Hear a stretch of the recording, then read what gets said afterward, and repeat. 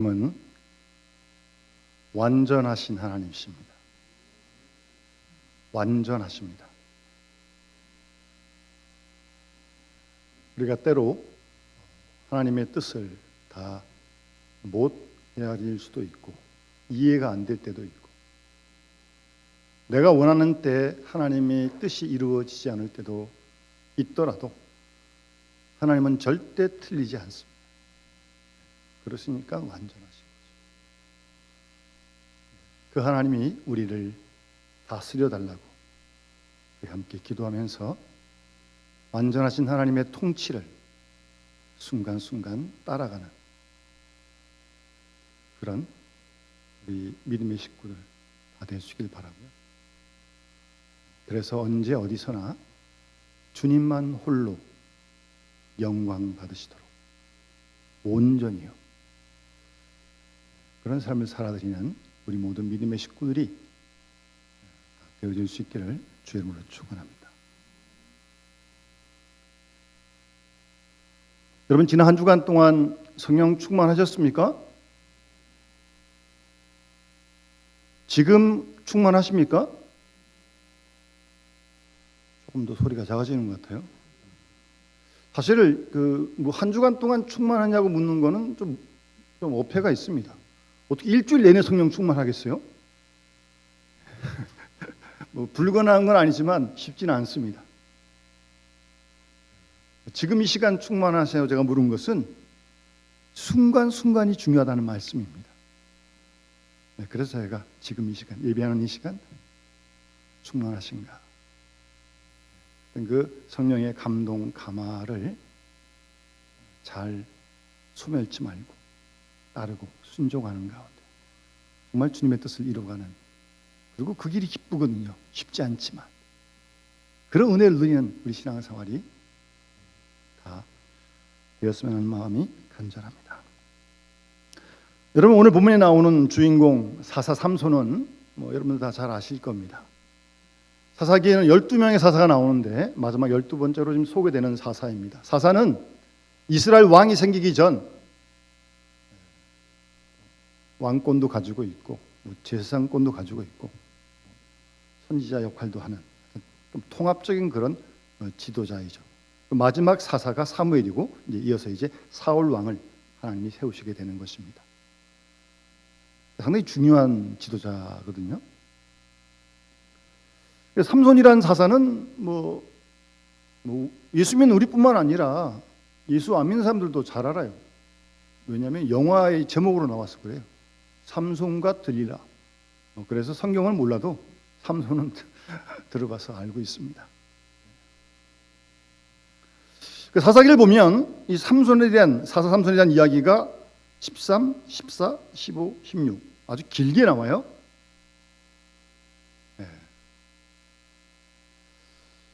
13장서부터 보면 이 단지파 마노아라고 하는 분의 이제 아들로 탄생하는데, 이 마노아라고 하는 가정에 아이가 없었습니다. 그러니까 사사 삼손의 어머니가 아이를 잉태하지 못했던 겁니다. 그런데 어느 날 여호와의 사자가 나타나서 삼손의 어머니 되는 마노아의 부인에게 구별된 삶을 살라고 말하면서 아들을 줄 텐데 그 아들을 나실인으로 하나님께 드려라, 그렇게 말씀합니다. 그래서 그 얘기를 남편한테 하고, 하여튼 이 이야기는 이어지는데요.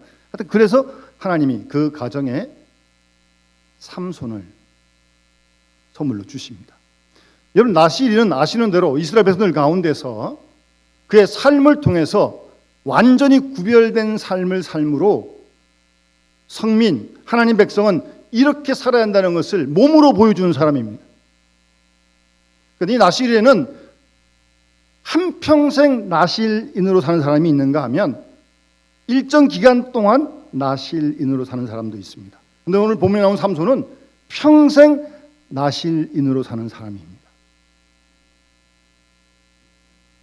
그래서 사무엘상 13장에 보면 그 아이가 삼손이 자라매 여호와께서 그에게 복을 주시더니 소라와 에스다올 사이 마하 내단에서 여호와의 영이 삼손을 움직이기 시작했다. 그렇게 13장 25절에 말씀합니다. 여호와의 영이, 성령이 삼손을 움직이기 시작했다. 그러면서 여러분 그 삼손 이야기 나오면 아주 그 극적인 드라마틱한 사건이 참 많아요. 그래서 14장에는 뭐 어쨌든 배경은 좀 놔두고요. 이 삼손이 여호와 영이 삼손에게 강하게 임함으로 손에 아무것도 없는데 사자를 염소 새끼 찢듯이 찢어 죽입니다. 손에 아무것도 없는데. 안 놀라시네? 여호와 영이 사자를 막 그렇게 찍어요. 그리고 14장 19절에도 보시면 그 배경이 좀 있는데 한번 읽어보세요. 여호와의 영이 삼손에게 갑자기 임하심에, 갑자기 임했어요. 갑자기. 그래가지고 삼손이 아스글론에 내려가서 30명을 쳐 죽이고 그 옷 주기로 했거든요. 수세기 맞추면 30명을 블레셋 사람을 죽입니다. 그래서 옷 해서 이제 갖다 줍니다. 그것도 여호와의 영이 갑자기 임했어요. 그리고 어쨌든 여우 300마리를 붙들어 매가지고 어쨌든 불 해가지고 블레셋 사람들 다 이렇게 포도원, 감람나무 다 불살라버리고 하여튼 이런 일들도 있는데 블레셋 사람 가만히 있겠어요? 또 삼손 잡으러 왔죠. 공격해 오니까 이제 이 사람들이 이제 당황해가지고 날 묶어서 넘겨주라고. 삼손이 그래요. 그래서 넘겨줬어요. 그랬더니 15장 14절에 여호와의 영이 삼손에게 갑자기 임하며, 여기 또 갑자기 임했어요. 팔 위에 밧줄 불탄 삼같이 탁 끊고, 그 다음 나귀 턱뼈를 가지고요 블레셋 사람 1000명을 죽입니다. 1000명을. 예.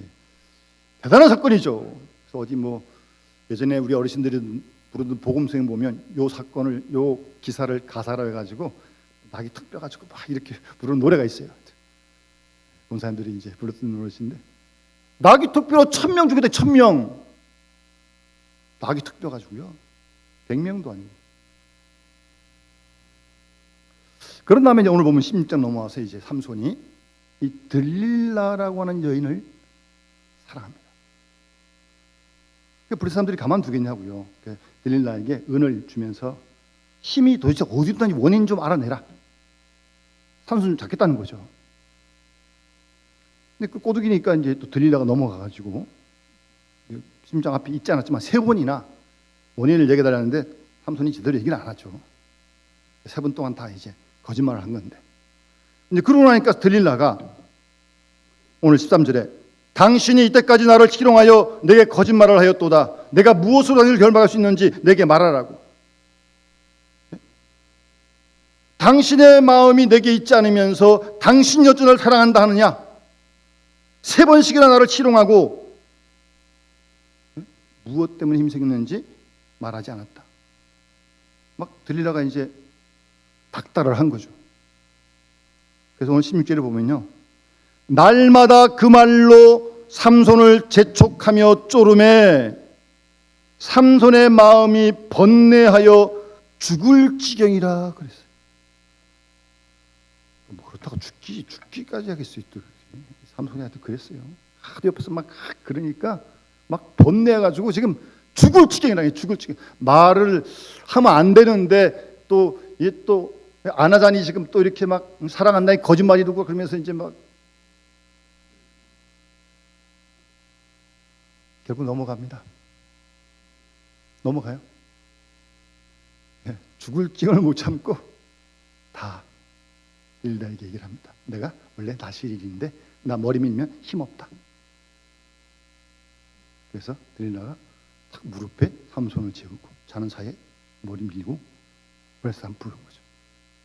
삼손은 모르고 또 힘이 있을 줄 알고 그들을 제압하려고 그러는데 이게 웬걸? 전혀 힘을 쓰지 못하는 거예요. 그러고 나니까 블레셋 사람들이 삼손을 잡아가지고 눈을 두 눈을 그냥 뽑고 가사로 내려가서 놋줄을 메고 감옥에서 맷돌을 돌리게 했어요. 맷돌. 이게 무슨 꼴이에요? 예? 낙이 턱뼈로 1000명을 죽이고 사자를 염소새끼처럼 찢던 그 삼손이, 물론 그것도 자기 힘 아니지만, 이게 뭐예요? 눈 뽑히고 감옥에 들어가서 맷돌을 갈고 있고, 하나님의 사람, 사사가, 지도자가. 그래서 오늘 제목이 삼손의 비극입니다. 비참한. 물론 그 다음에 다시 또 머리 자라고 힘이 나가지고 마지막에 여러분 뭐 영화에 보면 그 잔치하는데 어쨌든 밀어가지고 또 그냥 우리 사람 많이 죽이는데, 그때 죽인 사람이 살할 때 죽인 것보다 더 많다고 이제 성경은 기록하고 있죠. 그러고 이제 삼손도 죽는 거죠. 여러분, 이 사건을 잘 보시면 여호와의 영이 임하시는 건 삼손이 원한다고 임하고 안 원한다고 안 임하는 게 아니라는 사실이에요. 주도권이 절대적으로 하나님에게 있습니다. 지난주 요한복음 함정 말씀처럼 성령은 임의로 부시는 거예요. 임의로. 바람이 임의로 부는 거지 누가 불게 해라 안 불게 해라 그렇게 못하는 겁니다. 절대 안 됩니다. 누가 하나님을 조종할 수 있습니까? 하나님이 하시는 거예요. 성령이 하시는 일이에요. 삼손이 원한다고 되는 것도 아니고 원치 않다고 안 되는 거 갑자기 임할 때도 있고, 그런 사실을 발견할 수 있고요. 또 하나는 한 번 여호와의 영으로 충만했다고, 여호와의 영이 임했다고 그것이 일평생 기계적으로 하는 건 절대 아니라는 겁니다. 예? 이런 원리로 하나님이 사람을 쓰시는 거예요. 삼손만 그러는 게 아니에요. 우리도 마찬가지입니다. 자기가 무슨 성령 충만에 전매 특허를 낸 것처럼, 자기는 죽을 때까지 충만한 것처럼, 뭐 그럴 수도 있긴 있겠지만 자기 뜻대로 되는 게 아니라니까요. 주도권이 성령에게 있고 하나님에게 있는 거예요. 그리고 정확히 말씀드리면 하나님이 삼손을 쓰시는 기간은 여호와 영이 부은 그때만 쓰여지는 거예요. 이 뭐예요? 이 마지막에 와가지고 들릴라에게 마음을 다 뺏기고, 예? 이유를 다 내고, 이게 얼마나 비참한 일이에요. 이때는 여호와의 영으로 붙들린 게 아니에요. 이런 원리를 우리가 우리의 삶을 잘 적용해 보아야 합니다. 우리에게도 지금 하나님의 성령의 바람은 계속 불고 있습니다. 지금도 불고 있습니다. 우리를 감화하시고 감동하시고 진리 가운데 인도하시고 위로하시고 가르치시고 인도하십니다. 성경에 써 있으니까 그렇게 믿는 거죠. 그래서 소멸하지 말아야 돼요. 감동에 순종해야 합니다. 그리고 그것이 한 번 감동했다고 죽을 때까지 기계적으로 끝까지 가는 게 아니라는 거예요. 절대. 삼손처럼 그 능력을 상실할 때가 분명히 있다는 사실을 우리는 성경을 통해서 깨달아야 합니다. 그러면 왜 나실인인 삼손이 여호와의 영에 붙들려서 사자도 찢고 나의 턱뼈로 1000명도 죽이고 그랬던 삼손이 이거 머리 밀리고 나서 이거 뭐예요? 왜 같은 삼손이 이렇게 완전히 다른 거예요? 왜 능력을 다 잃어버리는 거예요? 왜 상실하는 겁니까? 여러분, 여기는 분명한 이유가 있습니다. 그냥 대충 되는 게 아니에요. 분명한 이유가 있습니다. 상실하는 이유가 있다는 말이에요. 따라서 우리들도 왜 성령의 능력을 상실했는지를 잘 알고 우리의 생활 속에 적용을 해보아야 합니다. 솔직하게 좀 말씀드려, 저도 뭐 목사지만 저도 성령 충만하길 원하지만 제가 뭐 1년 365일 다 충만한 게 아니거든요. 하루 24시간 다 충만한 것도 물론 아니고요. 그러나 충만하길 원합니다. 성령의 감동에 순종하길 원합니다. 그렇다고 24시간 365일 다 그러냐? 그렇지 않아요. 그렇게 못해요. 그러나 할 수 있는 한 더 주의 영의 인도하심에 감화 감동에 순종하려고 몸부림을 치는 거죠. 그래서 영적으로 좀 더 충만할 때가 있고 반대로 영적으로 덜 충만하고 때로는 안 충만할 때가 확실히 있습니다. 여러분, 그 차이 여러분들 경험 속에서 아시죠? 스스로 알 수 있죠, 이거는. 그럼 왜 한때는 충만했는데 왜 한때는 안 충만한 거예요? 거기 이유가 있다니까요. 분명한 이유가 있는 거죠. 원인 없는 결과가 어디 있습니까? 뿌리는 대로 거두는 거예요. 그래서 오늘 그 이유를 한번 우리가 잘 좀 정리해서 우리에게 적용해 보고, 어쨌든 우리가 할 수 있는 한 성령의 감화 감동에 더 민감하고 계속적으로 그 능력에 붙들려 쓰여지는 일꾼이 되길 원하는 거죠. 그래 하나님께 영광 돌리는 거 아니겠어요?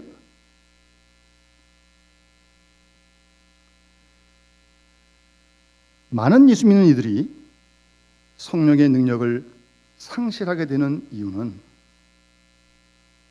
교회 역사를 통해 증명이 되고 우리 개인적으로도 확인할 수 있습니다. 하나님을 믿는 사람이 기도와 찬양과 감사의 생활을 게을리할 때 성령의 능력은 상실되어집니다. 기도하는 일, 찬양하는 일, 하나님을, 그리고 감사하는 생활, 이거 게을러지면, 소홀해지면 성령의 능력은 소멸됩니다. 상실합니다. 모르고 있으면 큰일 나죠? 삼손처럼. 그러니까 거꾸로 말하면 하나님의 성령의 능력을 힘입는 것은 깊은 기도의 생활, 그리고 어려움 중에서도, 고난과 역경 중에서도 주님을 찬양하는 생활, 어떤 환경에서든지 하나님께 감사하는 생활, 그를 통해서 성령의 능력을 힘입게 된다는 사실입니다. 우리가 삶이 그렇게 녹록하지 않습니다. 인생이 고난을 위해 났다 할 만큼 매일매일의 삶이 참 힘듭니다. 여러 가지 문제도 있고, 요즘처럼 또 코로나19 사태도 있고, 예기치 않은 고난이 닥쳐오고, 그런 가운데서도 하나님의 역사하심을 믿고, 완전한 하나님 함께 하시잖아요. 그걸 믿고, 그 와중에서도 기도하고 찬양하고 감사할 때 하나님의 능력을, 성령의 능력을 힘입게 된다는 사실입니다. 진실된 기도를 해야 합니다.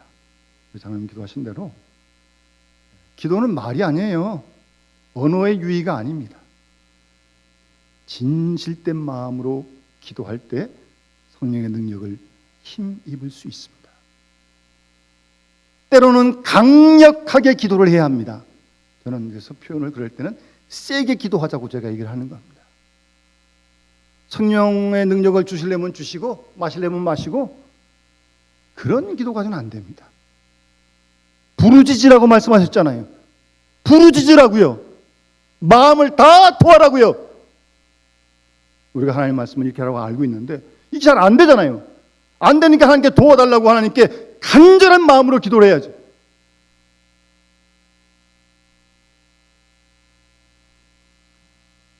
그리고 찬양하는 생활입니다, 여러분. 찬양은 기쁘고 감사할 때만 하는 게 아니에요. 외롭고 힘들고 마음이 눌리고 답답할 때, 그때도 찬양을 해야지 하나님의 능력을 힘입을 수 있죠. 그럴 때 되면 우리가 막 눌려가지고 이렇게 막 그냥 주저앉잖아요. 힘이 없고 내 마음 연약할 때 능력의 주를 바라보아라. 그럴 때 바라보는 게, 그럴 때 주님을 찬양하는 거예요, 여러분. 사도 바울이 감옥에 들어가가지고 빌립보 감옥에서 찬양할 때 옥문이 열리지 않습니까? 찬양은 단순한 노래가 아닙니다. 영적인 무기, 마귀를 물리치는 무기예요, 무기. 찬양해야 됩니다, 여러분. 뜨겁게 찬양하세요. 그래야 성령의 능력을 힘입을 수 있습니다. 여러분의 기분에 좌우되지 마세요. 거기에 그냥 쫓아가지 마세요. 찬양하세요. 주님 이름을 높이세요. 내 주는 강한 성이라고. 루터가 종교개 하면서 그런 거 아니에요? 방패와 병기 드신다고. 제가 몇 주에도 그런 말씀 드렸지만, 요즘 저의 그 18번 복음송은 내가 주의 뒤를 따라갈 때 세상의 것 의지할 수 없으니 감사하며 기뻐할 것은 주께서 나와 함께 하십니다. 이 세상을 살아가는 동안에 나의 힘을 의지할 수 없으니 정말 나의 힘을 의지할 수 없죠. 세상을 살아가는데 내 힘 가지고 다 한다면 뭔 걱정을 하겠습니까? 내 힘 가지고 안 되는 일이 얼마나 많은지 몰라요. 그래서 기도하고 낙심하지 말 것을 주께서 함께 하십니다. 하나님의 꿈이 내 비전이 되고, 예수님의 성품이 내 인격이 되고, 성령님의 능력이 내 권능이 내 능력이 되도록 바라고 기도하고 소원한다. 그런 찬송을 부르면서 제가 권합니다. 찬송하세요. 우리가 찬송 힘들 때 부르면요, 마귀가 물러갑니다. 사탄이 물러가요. 찬송 안 부르고 그냥 가만히 있으면 그냥 앞에서 그냥 사탄이 그냥 우르글거리기 시작합니다. 여러분, 단호하게 믿음으로 찬송하세요. 그다음 감사하는 일 잊어버리면 안 됩니다. 감사 안 하니까 뭐 하겠어요? 불평하죠, 원망하죠, 시기하고 질투하죠, 비방하죠, 비난하죠. 그래가지고 무슨 성령의 능력을 힘을 수가 있어요? 절대 안 됩니다. 그거는. 그래서 감사하는 거예요. 범사에 감사라고 말씀하시는 거예요. 힘들어도 아파도 감사하는 거예요. 이유를 몰라도 감사하는 거예요. 하나님 완전하시니까, 그 뜻을 분명하니까, 나보다 나를 잘 아시니까 신뢰하고 감사하는 겁니다. 여러분, 내가 지금 알지 못하지만 이 고난 때문에 내가 아픈데 하나님, 그러나 이 연단이 나에게 주신 하나님의 뜻이 있는지 분명히 믿습니다. 그래서 힘들지만 감사합니다. 그렇게 감사기를 드리는 거예요. 시편에 나온 시인들이 다 그런 거 아니에요? 넉넉한데 좋은 데서만 감사한 게 아니에요. 다윗도 얼마나 많은 고난을 당하는데요. 그런 가운데 여호와를 찬양하는 겁니다. 감사하세요. 찬양하세요. 성령의 능력을 힘있게 될 줄로 믿습니다. 그래서 기도하고 찬양하고 어떻든 감사한 일을 소홀히 하면요, 성령의 능력은 상실할 수밖에 없습니다. 여러분, 정확합니다. 또 한 가지 성령의 능력은요, 정확합니다. 이것도 하나님 말씀하고 멀어지면, 하나님 말씀하고 멀어지고 아무런 관계가 없으면 절대 성령의 능력 힘입지 못합니다. 말씀하고 관계 없는데? 거꾸로 하나님 말씀이 내 생각과 마음을 주장할 때 성령의 능력은 나타납니다. 그건 내게 아니니까. 그래서 하나님 말씀을 지속적으로 읽고 묵상하고 그 말씀이 내 생각과 마음을 가득 채우고 다스릴 수 있도록, 그 말씀을 따라가야, 순종해야 그게 복받는 길이고 하나님 기뻐하시는 길 아니에요? 그래서 교회의 모든 일 계획은, 원리는 이 말씀에서 나와야 되는 거예요. 말씀에서. 여기서 벗어나면 안 됩니다. 이게 무슨 기업도 아니고 회사도 아니고 여기가. 그래서 하나님 말씀을 계속 읽고 듣고 묵상하고 그러는 거 아니에요? 여러분 스스로를 잘 돌아보세요. 내가 하나님 말씀하고 관계없으면요, 절대 성령의 능력 입을 수 없습니다. 안 됩니다. 그건. 그다음부터 자기가 나오는 거죠. 하나님 말씀도 없겠다. 내 얘기하면 내 얘기. 다 사람이 자기 얘기하면 이거 산이 배가 어디로 가겠어요? 하나님 말씀에 집중하세요. 하나님 말씀이 우리 마음속에 풍성히 와라고 골로새 3장 10절에 말씀하고 있고요. 하나님 말씀이 순간순간 내 마음과 생각을 다스릴 수 있도록, 그럴 때 하나님의 성령의 능력을 순간순간 힘입게 되는 거죠. 정확합니다. 여러분 신앙생활하는 게 대충 하는 거 아니고요, 낮잠자다가 하늘에 떨어지는 거 절대 아니에요. 그런 건 다 기복적인 거고 미신이에요. 미신. 성경이 얼마나 분명히 말씀하시고 있는데, 이렇게 하면 복 주시겠다고 분명히 말씀하는데, 이렇게 행해야 복을 받는 거지, 행추도 않고 복 달라고 하면 복 주시겠냐고. 하나님이요, 그런 복 안 주십니다. 하나님 주신 복은 싸구려 복 아닙니다. 저는 그런 걸 신앙의 과학화라고 생각하는데, 정확해요. 하나님 말씀 따라가야 되는 거예요. 그래서 지금이라도 늦지 않았습니다. 말씀을 붙드세요. 말씀에 순종하세요. 이게 길이고 진리고 생명 아니에요? 내 발의 등이고 길의 빛 아닙니까?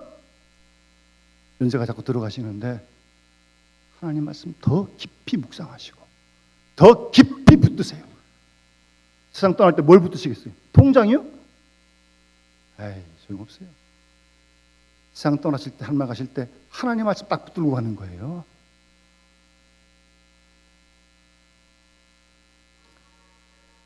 바쁘다고, 일이 많다고 하나님 말씀을 등한히 하면 하나님 주신 은혜와 사랑과 능력을 상실하게 되고, 그 심령은 점점 메말라가기 시작합니다. 그러니 무슨 기쁨이 있겠어요? 그리 무슨 평강이 있겠어요? 심령이 바짝바짝 메말라 가는데 돈 많다고요? 많이 안다고요? 에이, 그런다고 있는 게 아니에요.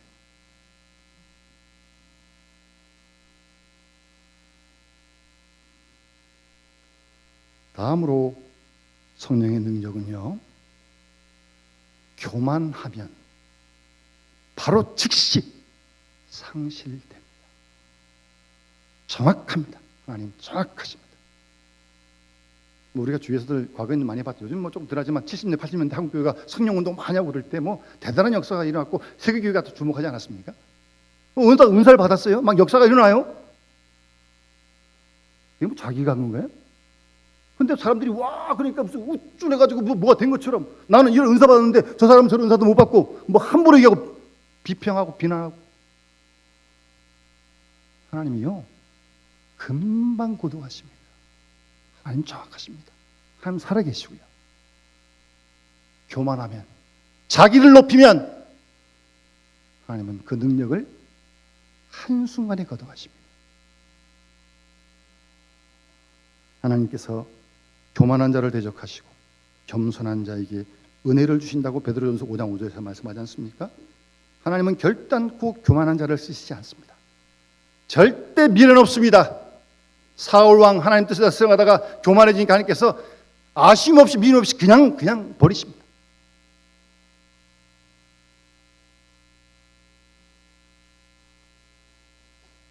이런 사실을 바울은 깨달았기 때문에 그럼 사도 바울 위대한 사도가 육체의 가시가 있었잖아요.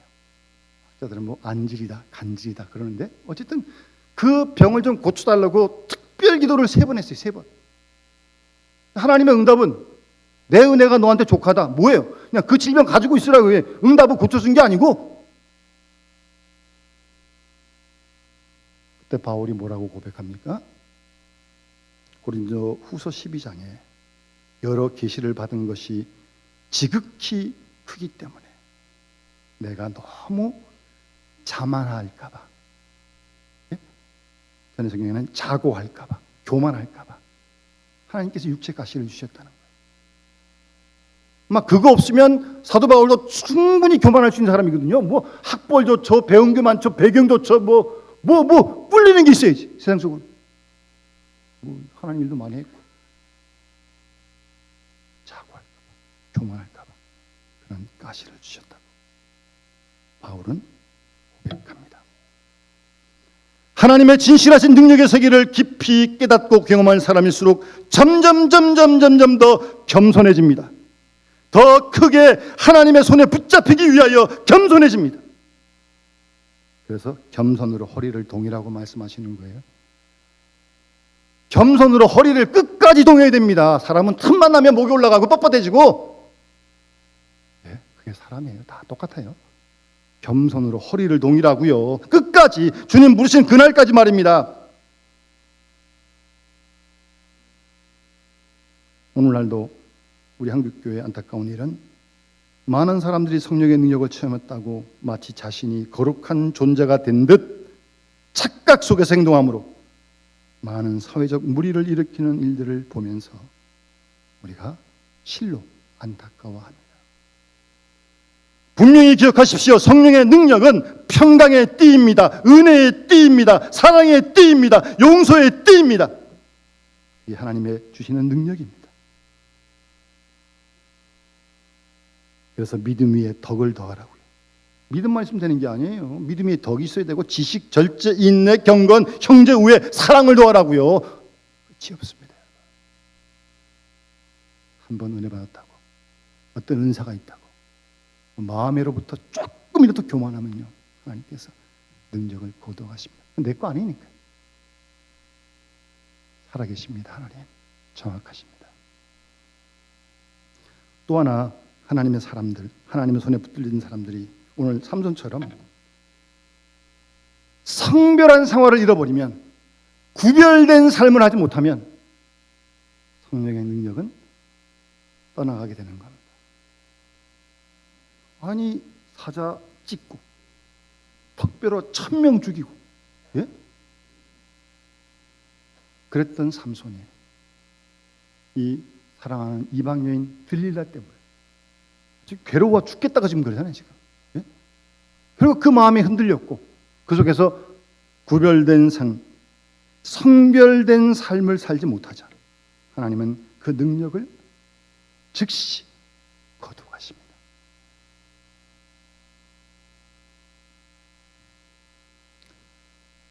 여러분, 데살로니가전서 1장에 보면 우리를 향하신 하나님의 뜻은 거룩함이다 말씀하시죠.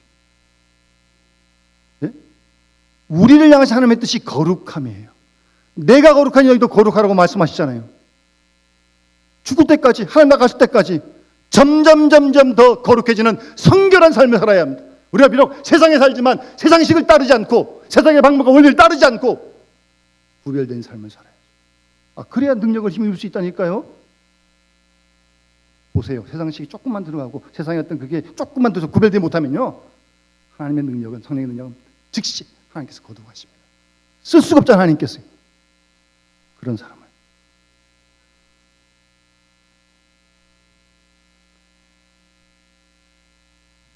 주의 말씀과 기도로 늘 자신을 살피고 거룩함에 이르기를 우리가 힘쓰지 않으면, 내가 세상에서 사는데 이 물이, 이 영향이 다 나한테 오는데 어떻게 영향을 안 받겠냐고요. 생각으로요? 절대 안 됩니다. 생각으로 한번 다 했으면 벌써 다 했게요. 몸을 치고 기도하고 하나님의 도움을 간구하고, 내 힘으로 이 세상을 이길 힘이 없는데, 하나님 거룩할 능력이 없는데 하나님 도와달라고 날마다 보혈의 비로 씻어달라고 기도하지 않으면 사람 다 똑같습니다. 아담의 후손들, 죄악 타락한 인생들 다 똑같습니다. 다윗도 그랬고 다 그런 거 아닙니까? 중요한 건 이제 그런 다음에 회개를 할 줄 알아야 되는데, 그래 회복할 수 있는 거 아니에요? 회개도 못하면 참 비참한 거죠. 또 하나, 성령의 능력은요, 죄가 들어오면 그 능력을 잃어버리게 됩니다. 죄요, 죄. 여러분, 사울 왕이 되어서 암몬과 싸워서 하나님이 승리하게 하셨어요. 기름부 왕 세우셨잖아요, 사울 왕을. 그런데 이제 다윗이 골리앗을 이기고 난 다음에 백성들이 자꾸 사울이 죽인 자는 천천히요, 다윗이 죽인 자는 만만이라고. 다윗의 인기가 자꾸 올라가거든요. 혼자 생각해. 사울 왕이 다윗 그런 생각 꿈도 안 꾸는데, 그럼 다윗이 동원하는 게 뭐겠냐? 이 나라밖에 없지 않겠느냐? 자기가 생각하고 마귀가 준 생각이지 그게. 그래가지고 사울 왕이 다윗을 죽이려고 그러잖아요.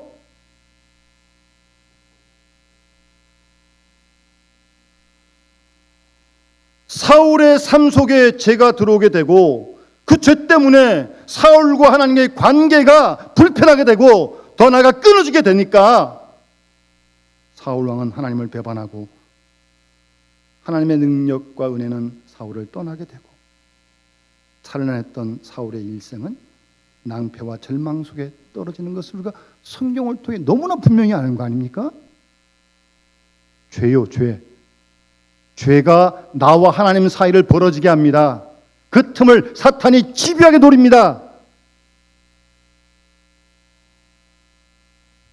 죄는 파괴하는 힘이 있습니다. 죄가 내 속에 들어오면 나를 파괴하고, 죄가 가정에 들어오면 가정을 파괴하고, 죄가 사회와 국가 속에 들어오면 나라와 국가를 망하게 합니다. 파괴합니다. 죄가요, 죄가. 죄는 하나님의 능력을 파괴시킵니다. 따라서 하나님의 사람들은, 성령의 사람들은 시간마다 사건마다 주님의 성령의 세미한 음성을 들으면서 그 성령의 인도하심에, 그 통제에 나를 맡기고 나아가야 죄와 악을 이길 수 있다는 사실이에요. 내 힘으로 안 돼. 내 힘으로 하면 뭐 기도 안 해도 되고, 내 힘으로 못 이기는 거 우리 이미 다 경험했잖아요. 성경에서 봤고. 이런 죄 때문에 사도 바울이 로마서에서 얼마나 갈등합니까? 원하는 바 선행치 않고 원치 않는 바 악을 행하고 있거든요. 그건 내가 아니다, 내 속에 죄다 그러잖아요. 그렇게 고민하다가 그리스도 예수 안에서 죄와 사망의 법을 이기는 그리스도 예수의 성령의 법을 바울이 따르게 되는 것입니다. 사랑하는 여러분, 삼손 그때로 끝나는 게 아니에요. 오늘날도 제2의 삼손이 있을 수 있고 앞으로 제3의 삼손, 제4의 삼손 충분히 있을 수 있습니다. 우리가 그런 시대를 살아가고 있어요. 여러분, 여러분 남은 인생을 어떻게 살아가시겠습니까? 예? 어떻게 사시겠어요? 얼마 남으셨든 간에 그래도 하나님 좀 기뻐하시는 좀 그런 삶을 살아야 되지 않겠습니까? 우리의 모습을 보고 자녀들이, 주위 사람들이 배우고 따를 수 있고 선한 영향력을 끼칠 수 있는 그런 믿음의 본이 되는 그런 인물이 되기 원치 않습니까? 그게 돈 버는 것보다 더 중요한 거 아니에요? 하나님의 성령은 지금도 우리 가운데 역사하십니다. 성령의 바람은 지금도 불고 있습니다. 소멸하지 마세요. 그 감화 감동에 순종하시고 그 속에서 하나님의 기뻐하신 뜻을 이루어드려요. 오늘 삼손을 보면서 그렇게 성령의 능력을 잊어버리지 않도록, 상실하지 않도록 늘 깨어서 말씀과 기도와 찬양과 감사의 생활, 그거 훈련하는 거예요, 여러분. 뭐 신앙생활에 그런 거 아니겠어요? 뭐 다 어렵고 힘든 건 다 똑같은데. 죄를 이기고, 예? 게으름을 이기고, 그래서 정말 하나님이 기뻐하시는 그 아름다운 삶을 살아가는, 하나님께 영광 돌리고 이 사람들에게 큰 유익을 주는 그런 하나님 기뻐하시는 귀한 믿음의 식구들이 다 되어질 수 있기를 주님으로 축원합니다. 주신 말씀 기억하면서 197장 우리 찬양 드리면서 봉헌하도록 하겠습니다.